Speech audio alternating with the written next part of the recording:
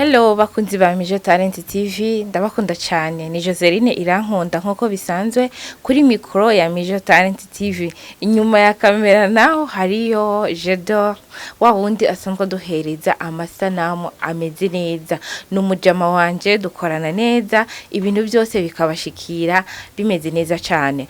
Joseline rero no munsi ndabafitiye inkuru nziza cyane narinda bakumbuye kandi ndaramukije cyane Mariam ari muri Arabia Saudite yampevye ndamukumbuye ndashaka kubona commentaire yiwe muri kino kiganiro ubasha zamutugishirira ko commentaire niho tubona ibikorwa turiko turakora ko ari byiza canke se ari bibi reka nshimire rero wewe umaze gukora commentaire na subscribe kuri YouTube yacu Imana ikongera umugisha nawe utarabikora ndagusaba kugira ngo ube wo bikora hama turushirize gutera intambwe ku bwanyu ni mwege ba boss bacu.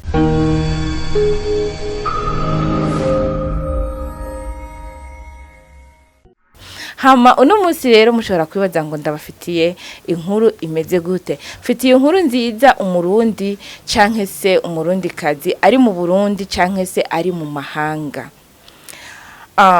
No munsi hariho ishira hamwe risanzwe rifasha abantu kunguruza kugira transport y'ibintu biva mu Burundi bija hanze canke bikava hanze byinjira hehe mu gihugu cacu c'u Burundi.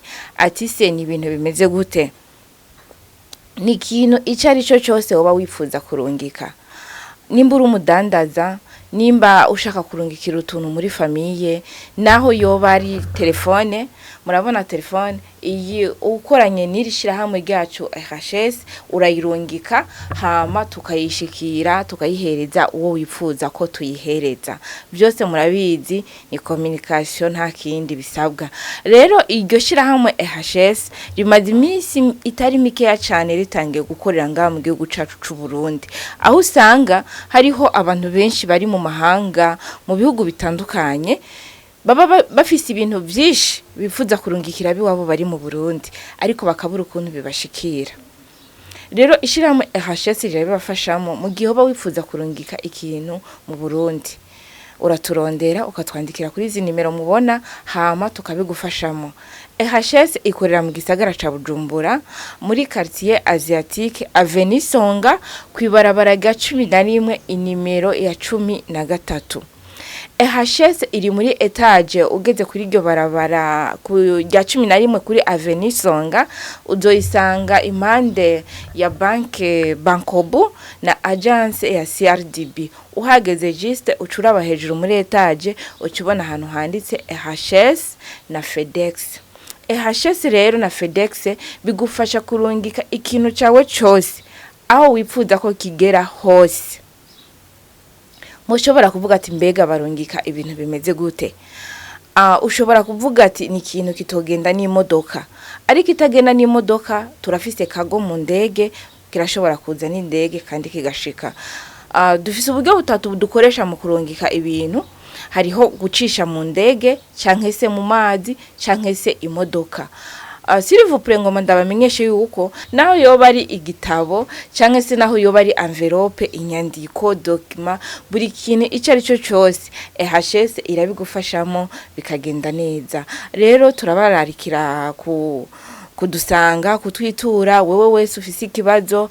Adresse nayitanze ndibaza mwayumvise ni muri Asiatique Avenue Songa ibarabara ga 11 inimero ya 13. Mwifuza kutwandikira canke se kuduhamagara telefone yanje ni 66 499 633. Email ndibaza muca muyibona ngaho nyene kuri YouTube ya Mijo Talent TV. Aho wifuza hose turakwakira kandi tukagutunganiriza.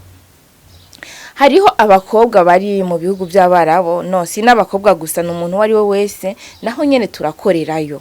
Dukorera kwisi yose nzima aho umurundi ari naho yoba ari n'umunyamahanga.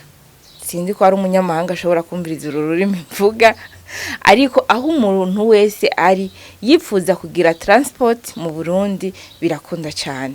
Rero ku bakobwa bari muri Arabia Saudite bifuza kurungika ibintu byabo mu Burundi, reka namwe muri video ikurikira ndababwire uburyo mushobora kubigenza. ku kibazo cyose wowe ufise ID cyangwa udafise ID hose turabigufasha mu bikagenda neza cyane. Ndabakunda cyane, mukomeze kunkurikirana. Ni Joseline Irankunda, inyuma ya kamera ni Jedor. Mugire umunsi mwiza, Imana ibampere umugisha.